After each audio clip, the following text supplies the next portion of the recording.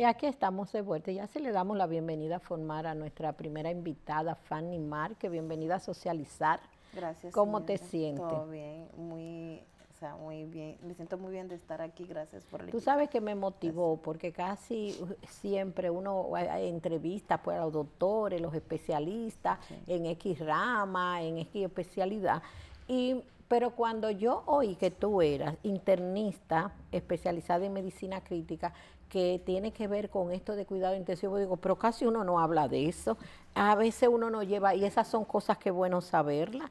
Cuéntame esto, medicina crítica, ¿qué es lo que envuelve esto? Así es. Regularmente la población no maneja mucho esos términos hasta que no le toca. Entonces, por eso vamos a aclarar aquí algunos puntos. Ay, qué bueno. Sí. La medicina crítica no es más que una especialidad que se basa en el manejo del paciente crítico, como su nombre lo dice.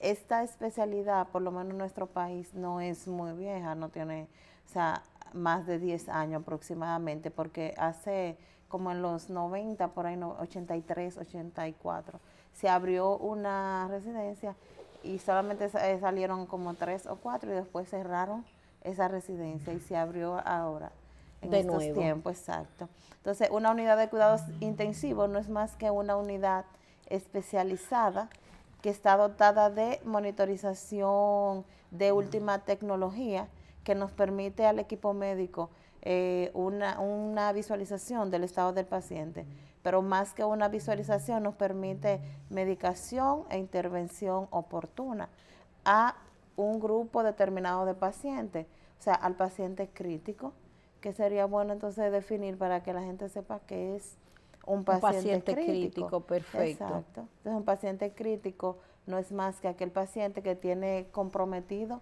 uno o más sistemas y que ese compromiso pone en riesgo su vida o tiene un alto riesgo de dejarlo con altas secuelas.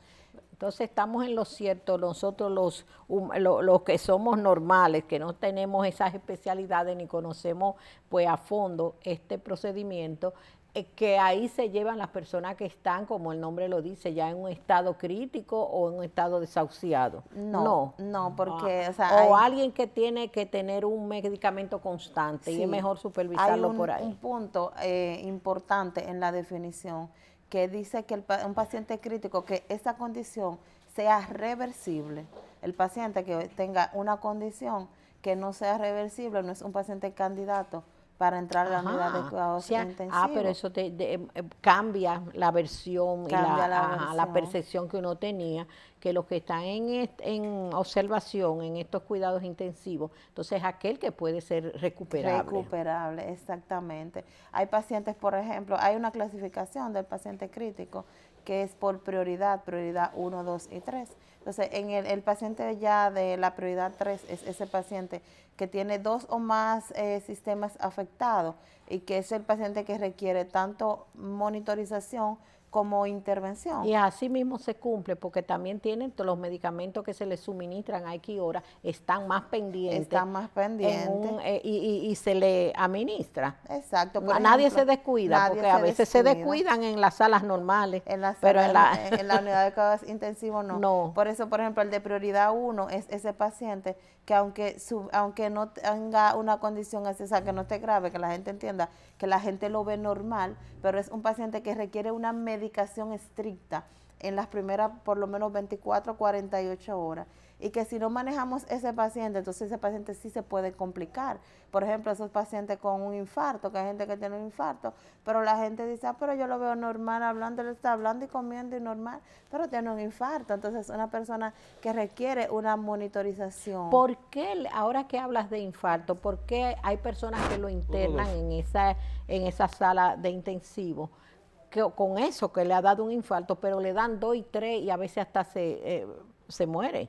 ¿Por qué si tienen ya todos los cuidados ahí con todos los aparatos habidos y por haber, se le da otro infarto ahí y es más peligroso? Eso es, o sea, Eso es, eso va a depender el sitio donde esté el paciente, porque a raíz, o sea, cuando se formaron las unidades de cuidados intensivos, antes era global, pero luego se fue especializando y tenemos unidad de cuidados intensivos cardiovascular, por ejemplo, que no en todos los centros hay. No lo hay. En esa unidad. Esas fotos que está poniendo el director ahí, señor director, ¿son de aquí, equipos de aquí? No, no son de Ok. aquí, pero no son diferentes. No son diferentes. Exacto. Por ejemplo, usted va a la plaza, va a Sedimar y va a encontrar todo lo que está aquí, e incluso a otros centros. Que sí, o sea, nosotros tenemos una unidad en San Pedro que manejamos, en la clínica Franklin Peña, que tenemos todo.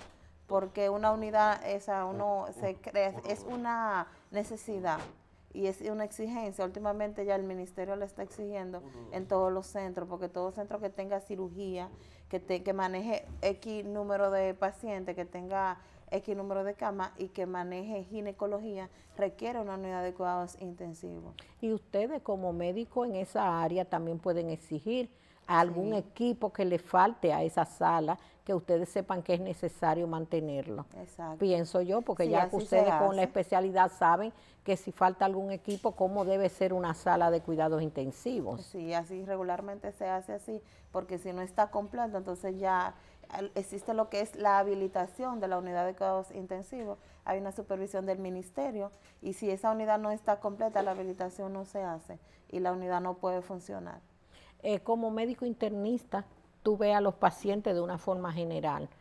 Ya está tú especializada en esa rama, que también puede ser de algunos de los pacientes que tú hayas referido. Exacto, yo estoy más que medicina interna, intensivista, que son dos especialidades diferentes, pero que como mencionabas antes, lo de que el descuido del personal, recordar que aparte de que la unidad está dotada de equipos especializados, también un personal especializado, tanto médico como de enfermería.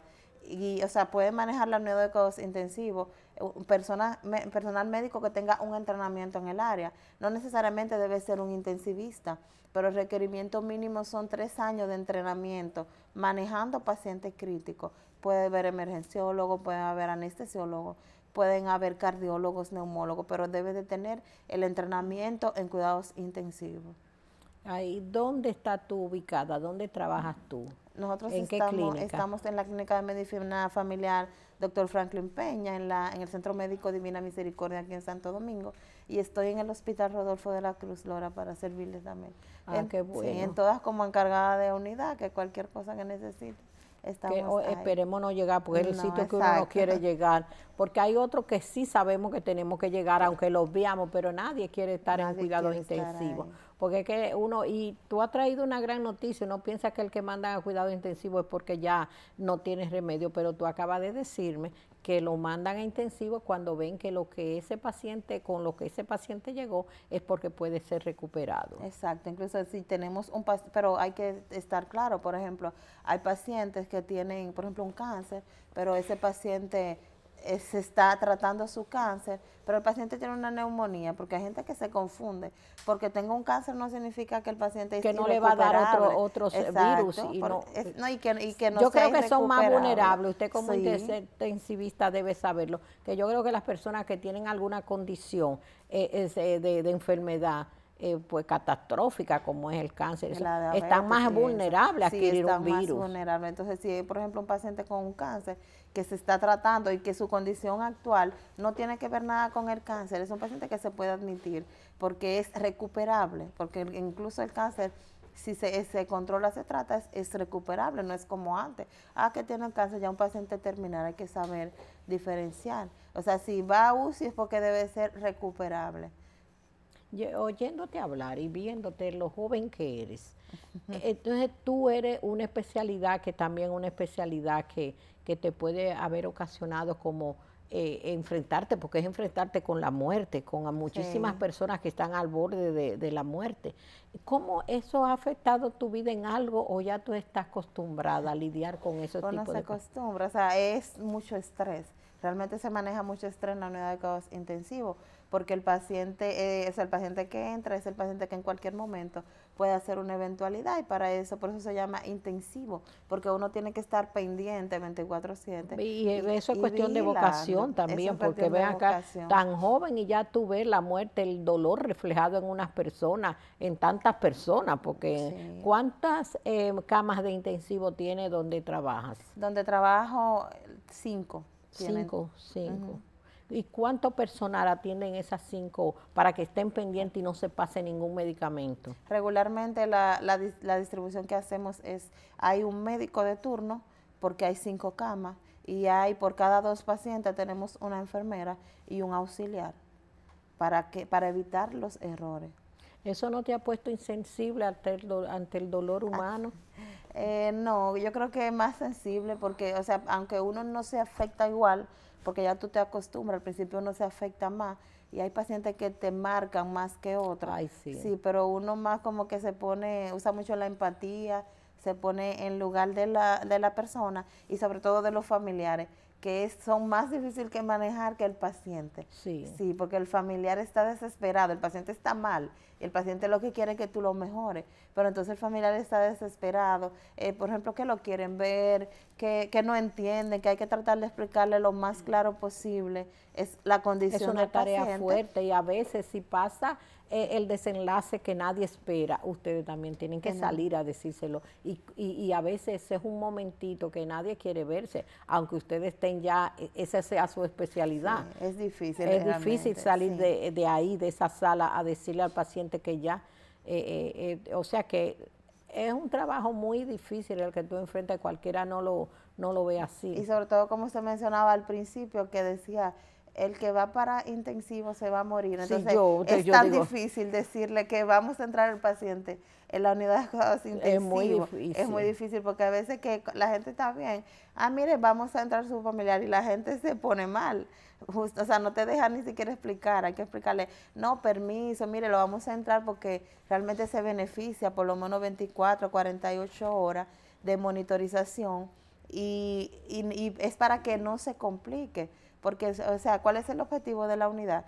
Aparte de que el paciente que no se complique, está también un objetivo muy importante, que es minimizar la secuela de ese paciente que ya llega muy complicado, para uno tratar de devolver un individuo a la sociedad lo más productivo posible. Así es.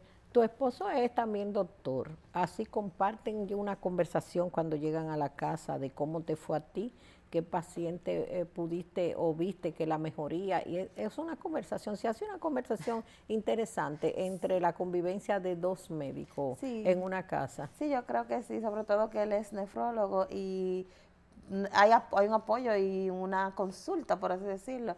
Trabajamos juntos y aunque él, por ejemplo, el centro que yo estoy, que él no está, y me apoya con las decisiones y ya yo tengo un manejo un poquito más profundo en la nefrología. Sí, bueno, ya sabes tú, cuando te refieren a un paciente que tiene algo de nefrología, exactamente, ya tú sabes que es más o menos lo que se necesita para poderlo. Igual él en cuidados críticos, ya él sabe. Te manda con algunas especificaciones que se debe, pues, inducir más para poder la mejoría del paciente. Exacto. Sí, porque Mirna, perdón que interrumpa así, el paciente de intensivo, el paciente crítico, es un paciente multidisciplinario, o sea, es un paciente que aunque el médico de UCI sea que como que dirija al paciente, debe tener intervención de demás especialistas. Por ejemplo, si es una neumonía, debe intervenir el neumólogo. Exacto, es un equipo médico porque los cardiólogos en caso que sea algo cardiovascular, porque es un equipo médico que nos integramos para tratar de recuperar lo más posible a esa persona y minimizar las secuelas. Así es. Se amanece en cuidado intensivo, es rotativo, háblame de estas atenciones, porque se supone que intensivo tiene que ser las 24 horas del día. ¿Cómo hacen esta rotativa humana? El esquema convencional es un médico en el día fijo, regularmente no se recomienda un turno más de 4 a 8 horas. Hay centros que tienen turnos de 4 horas, pero por la limitación del personal que esté encargado, o que esté especializado en manejar pacientes críticos, a veces tenemos que tener un médico, por ejemplo, en el horario de la mañana y equipo de guardias cada 6 días. El que está de guardia entre las 6 sale el otro día a las 8 de la mañana cuando llega el que va a estar en el día. Tú me dijiste que sí, aquí hay equipos también que se han, aquí el país se ha equipado con los equipos necesarios para estas salas de intensivo. El avance en cuanto a la medicina moderna y con los adelantos tecnológicos, ¿tú crees que ha avanzado en nuestro país? Sí, yo creo que sí, porque antes, ahora mismo, la mayoría de los hospitales, por no decirle todos, tienen unidades de cuidados intensivos. Y las unidades de cuidados intensivos a nivel público, y te lo puedo decir porque estoy en ambos lugares, no tiene nada que envidiarle a unidades privadas. Por ejemplo, la unidad del Marcelino, estuve un tiempo largo trabajando allá, es una unidad de cuidados intensivos que no tiene nada que envidiarle, está bien dotada. Donde trabajo también es una unidad de cuidados intensivos que está prácticamente completa. O sea, y si voy a la del Darío, por ejemplo, que si tengo algo, lo que sea, también he podido ver que sí, que son unidades que están completas.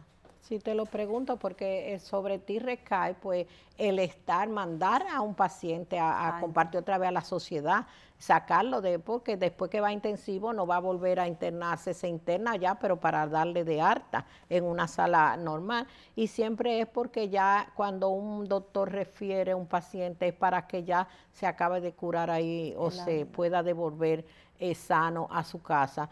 A cuidados intensivos. Por eso sobre ustedes recae pues la recuperación del ser humano que llegue a esa sala.